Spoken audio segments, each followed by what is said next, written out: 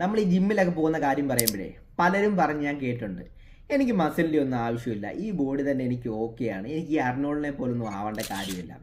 എൻ്റെ പൊന്നു സുഹൃത്തുക്കളെ, നമ്മളാരും ജിമ്മിൽ പോകുന്ന അർണോൾഡ് ആവാനൊന്നുമല്ല. നമ്മുടെ ഹെൽത്ത്, നമ്മുടെ ശരീരം, പിന്നെ യൗവനം, അതായത് ചെറുപ്പക്കാരായിട്ടിരിക്കാൻ ആഗ്രഹിക്കാത്തവർ ആരെങ്കിലും ഉണ്ടോ? ഒരു 30 വയസ്സ് കഴിഞ്ഞ് കഴിഞ്ഞാൽ എല്ലാവരുടെയും ആഗ്രഹം ചെറുപ്പക്കാരാകാൻ വേണ്ടിയാണ്. നിങ്ങൾ ജിമ്മിൽ പോയിട്ടുള്ളവരുടെ പഴയ ഫോട്ടോയും പുതിയ ഫോട്ടോയും തമ്മിൽ ഒന്ന് കമ്പയർ ചെയ്ത് നോക്കാം. ഇത് എൻ്റെ പഴയ ഫോട്ടോയാണ്, നിങ്ങൾ ഇപ്പോഴത്തെ എന്നെ ഒന്ന് കണ്ടോ? അതായത് എനിക്ക് വന്ന ചെറിയ ചെറിയ മാറ്റങ്ങൾ, 2 മാസം കൊണ്ടാണ് ഞാൻ എന്തെങ്കിലുമൊക്കെ ആക്ടിവിറ്റിയിലൊക്കെ ഏർപ്പെട്ട് എൻ്റെ ലൈഫിൽ കുറച്ച് ചേഞ്ചസ് ഒക്കെ കൊണ്ടുവന്നത്.